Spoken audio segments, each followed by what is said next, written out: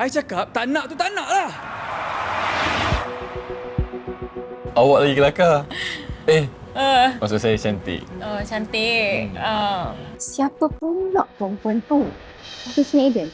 Ke memang girlfriend dia? Alicia tak boleh ada mama baru. Tak ada siapa boleh ganti tempat aku.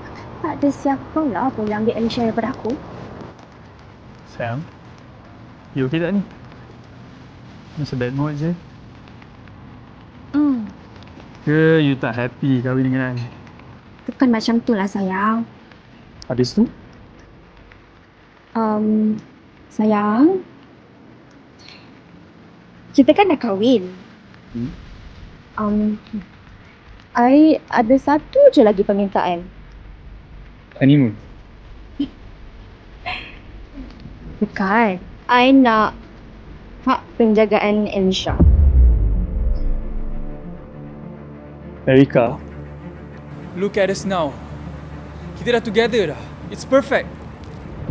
Kenapa you nak rosakkan semua benda tu sebabkan budak tu? Sayang. Budak tu anak I. Apa yang you susah sangat nak faham, ha? I cakap tak nak tu tak nak lah.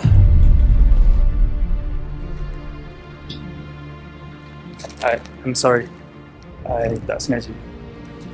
I rasa I need to go. I nak cool down a bit.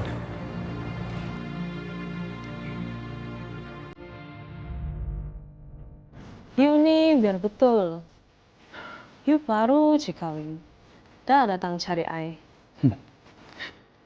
Isteri I tak boleh bagi apa yang you boleh bagi. Lagipun I kahwin dengan dia, that's the proof point. What point? I cuma nak buktikan dekat sepupu I tu yang I boleh rampas apa saja yang dia ada. Ex-wife dia tu bukan benda paling last sekali yang I akan rampas. Suka!